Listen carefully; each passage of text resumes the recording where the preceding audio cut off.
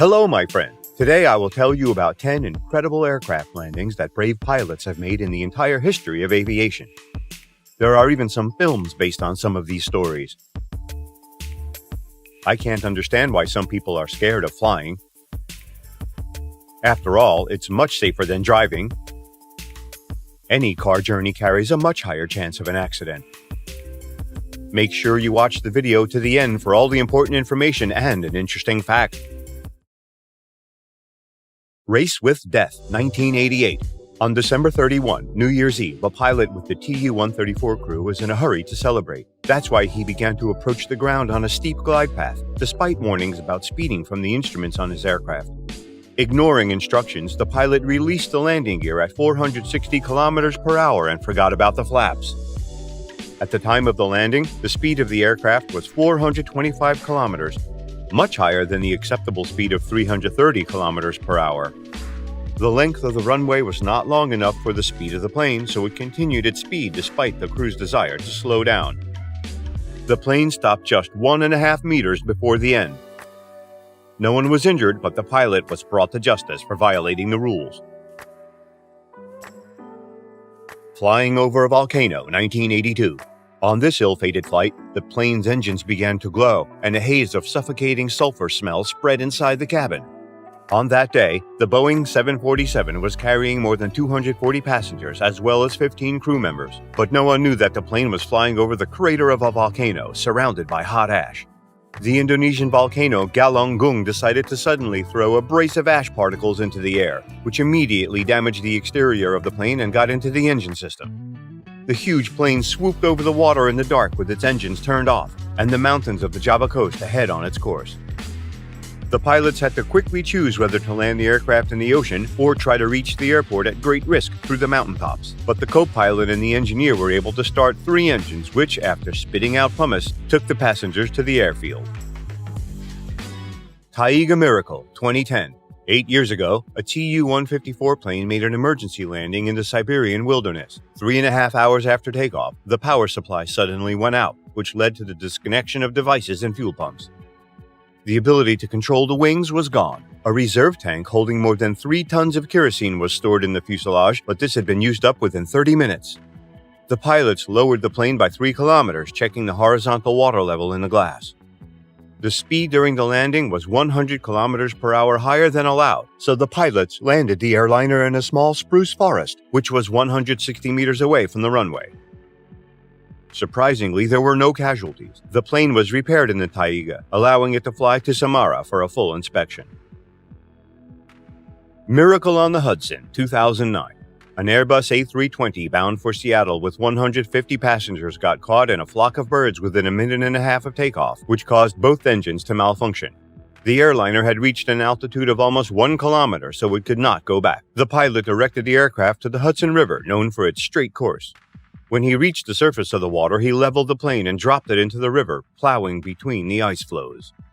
As a result of the emergency landing, only 6 people were injured, 5 of whom had incorrectly fastened their seatbelts. The military pilot Sullenberger has succeeded in saving passengers' lives. Leningrad Case, 1963. On this plane heading to Moscow, the landing gear was only retracted by 50% after takeoff. For this reason, pilots planned to land on the belly at the nearest airport, Pulkovo. The plane circled over the runway, using up fuel at an altitude of 0.5 kilometer. The crew tried to unlock the landing gear system with a pull. Suddenly, the left engine failed and the pilots rushed to the controls. They headed for the runway. However, another engine also froze, which meant they would have to land the plane on the Neva River in an emergency. The ill-fated plane, narrowly missing a tugboat, sank gently into the water, so no one was injured. Sky Cabriolet, 1988. This old Boeing was headed for Honolulu. A door that had not been closed properly led to the destruction of parts of the hull plating. At an altitude of 7,300 meters and a speed of 500 kilometers per hour, decompression occurred, and 90 passengers who weren't dressed for the wintry weather felt a rush of icy wind at minus 45 degrees. During the descent, 65 of them contracted frostbite and suffered various injuries. The pilots landed the plane after 12 minutes, deviating from the schedule by only 1 minute. Unfortunately, during the damage to the fuselage, a flight attendant was thrown overboard. Faulty landing gear, 2016. 4 years ago, the Fokker 100 plane landed in Astana without its front landing gear, saving the lives of 121 people. A faulty mechanism in the landing gear meant that the pilot had to land the plane with the front strut poking only partially out of the hatch. After making contact with the ground, the plane hit the runway with its nose and screeched along the concrete for several hundred meters. Eyewitnesses saw black smoke and sparks that appeared as a result of extreme friction. Thank God there was no fire, and the incident also ended with minimal damage. The plane without a nose. In 2017, just 3 years ago, a plane was heading to Ercan when bad weather, hail, and strong winds demolished the nose along with the windshield of the cabin at an altitude of 1,500 meters. The pilots lost the ability to see ahead of the plane, and the airport prepared for another tragedy. The Ukrainian pilot decided to take control, tilting the plane slightly, which allowed him to observe the runway through the side window. With the help of airport dispatchers, the plane landed successfully, saving the lives of 127 people. Landing an airplane without a pilot, 1990. This plane was heading to Malaga. After 13 minutes of flight, a poorly mounted windscreen fell out. A rush of air dragged the pilot out and partially ejected him through the hole. The pilot was pinned by air to the fuselage on the other side of the cabin, and his legs were blocked by the steering wheel. The wreckage of the door damaged the radio and navigation panel. The steward held the commander so that he wouldn't fall overboard, and the co-pilot sent a distress signal and made an emergency descent, managing to land the plane in Southampton. Only the pilot and the brave steward were injured. Amazing Airbus landing in a storm, 2017. It is no secret that Dusseldorf often experiences strong winds. The Airbus A380 was forced to land in such conditions last year. To reduce the side gusts, the pilots made the landing at a carefully selected angle. But in the process of leveling off, a sharp gust of wind began to rock the plane.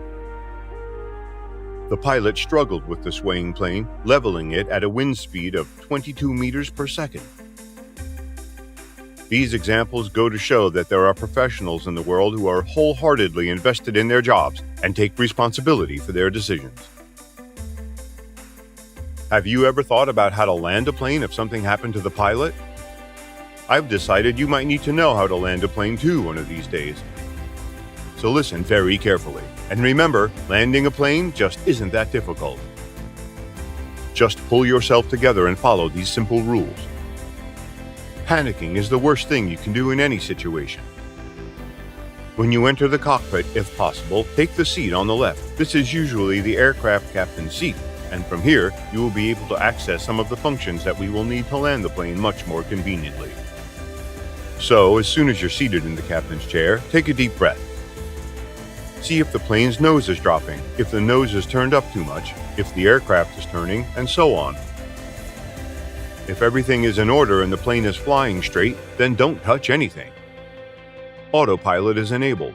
If there is a clear deviation from the course, grab the steering wheel to level the plane, but don't make any sudden movements. Do everything smoothly.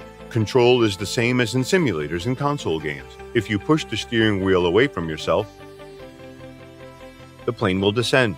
If you pull the steering wheel towards yourself, the plane will gain altitude. Or left-right, respectively, to turn left or right. If you are flying in the clouds and there is no way to navigate, then use the spatial position indicator, or in other words, the air horizon. This device shows the position of the aircraft relative to the ground and sky. The figure in the center near the letter W stands for airplane wings. Brown indicates the earth, and blue indicates the sky. So, if you see half brown, half blue, then you're flying straight along the horizon. If the instrument readings are different, it means you need to align the plane with the steering wheel. Try to avoid the towers of the shopping center. They can prevent a successful landing of the plane. Once you've taken control of the plane, the next step is to contact air traffic control.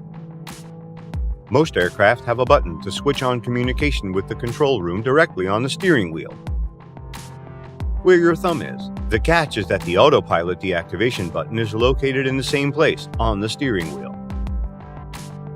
A safer alternative is to use a portable radio, which is located to the left of the pilot seat, just below the window. It's easy to use. Press the button to speak and release it to listen. Click the button and say SOS or Mayday. Identify yourself and explain what happened. Don't worry about radio etiquette, there's an emergency on board. If you're flying over a foreign country, use English. All dispatchers speak it. Tell the dispatchers that there are no pilots and that you don't know how to control the aircraft. Don't forget to release the button so you can hear their answer. If there is no response at the configured frequency, reset the receiver to VHF 121.5 MHz. This frequency is constantly monitored by the rescue services. From the data you give them, they will know the model of the aircraft and the exact location of all systems and levers to help you land the plane. If you follow all the instructions exactly, the landing might not be the softest, but at least it will be safe. An interesting fact.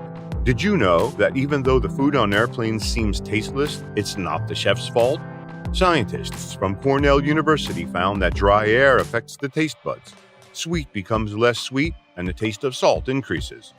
Support this video with a thumbs up and share it with your friends. Let's create a really informative and interesting channel together. Thanks for watching. Bye, everyone.